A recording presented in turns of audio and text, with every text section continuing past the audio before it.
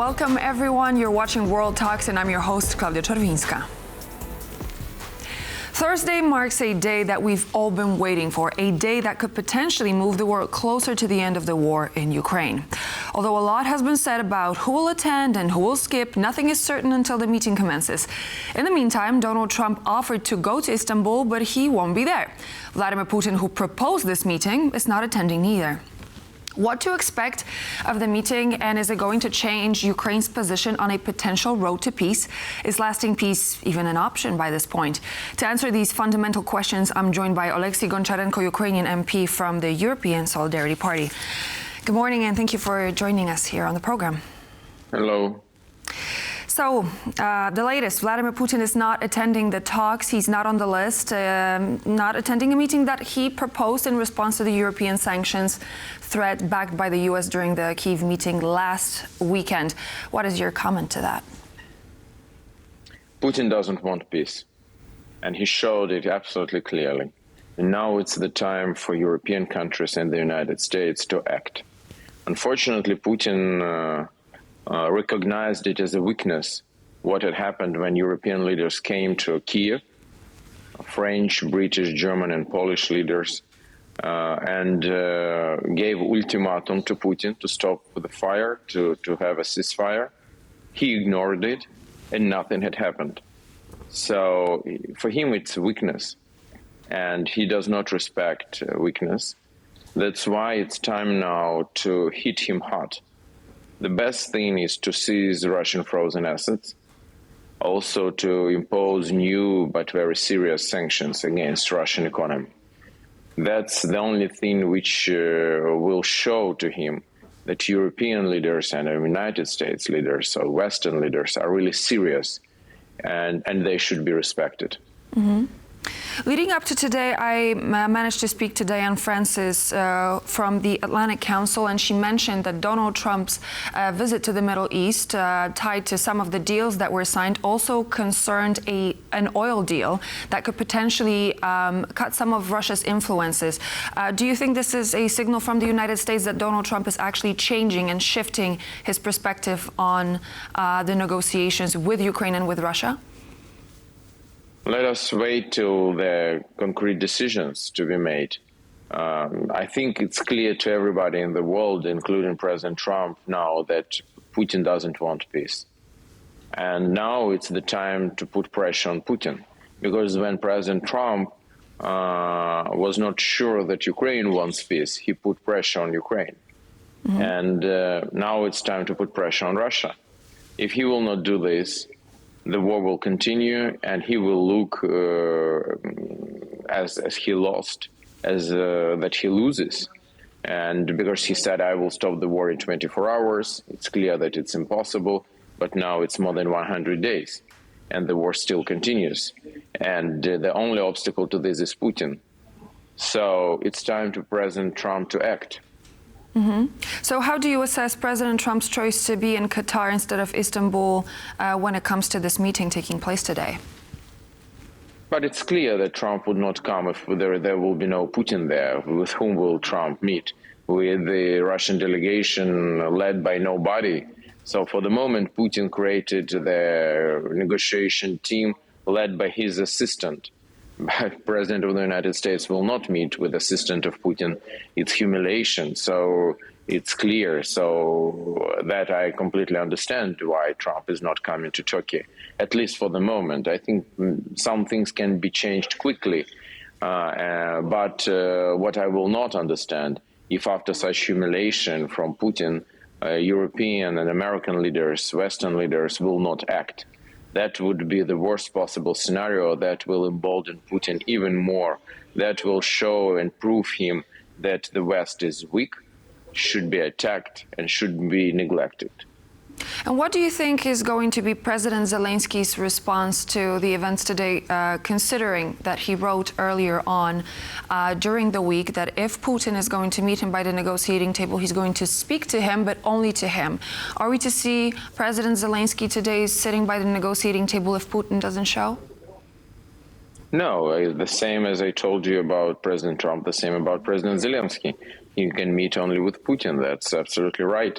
Nobody will meet with some puppets from Putin's circus.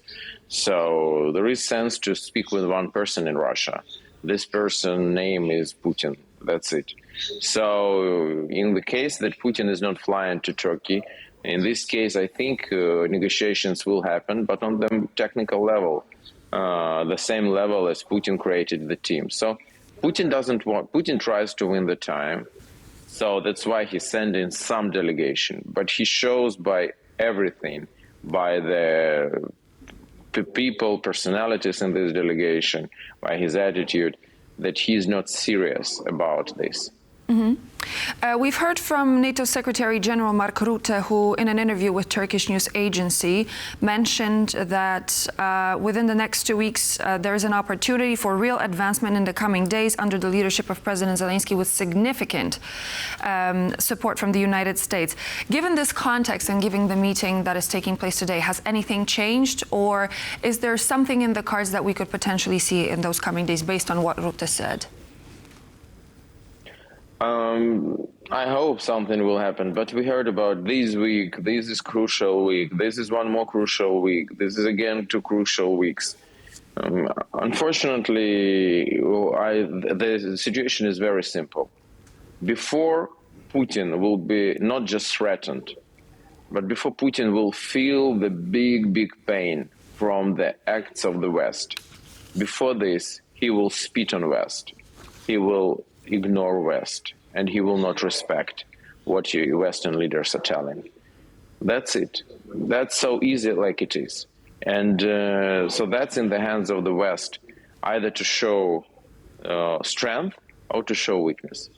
As of yesterday, there was an announcement of a new 17th package of EU sanctions on Russia, especially given the focus on Russia's shadow fleet, war-related industries, and individuals. So we're also looking at a package of secondary sanctions that are going to hit those who support Russia. Do you think that those measurements are actually going to influence Russia from now on, or is this yet another package of sanctions? This is important package. This is a good, important sanctions. But if these sanctions will not be joined by the United States and United Kingdom, that will not mean much. No, it's important, but it will not change seriously the situation. I mean, you mentioned the UK. If I'm correct, if I remember correctly, another package of sanctions by the UK was actually imposed around the 8th of May this year when it comes to, especially to shadow fleet. So there is some movement there, but I agree that this sanction package with the shadow fleet was postponed. So we're waiting for final decision of the United Kingdom on this. But here is the main country is the United States. So what will be decision of the United States? If United States will impose sanctions against shadow fleet, if they will impose secondary sanctions against countries which are buying Russian oil, that will be serious, and that can really change the situation. So as of now, is the United States taking any concrete steps towards more sanctions? What is the situation looking like from your perspective and from the perspective of Ukraine? They're not making these steps. They are still thinking, they are still trying to convince Russia, but it will not work. From the very beginning, we knew this, we in Ukraine, and we were telling, this will not work. Putin does not understand words.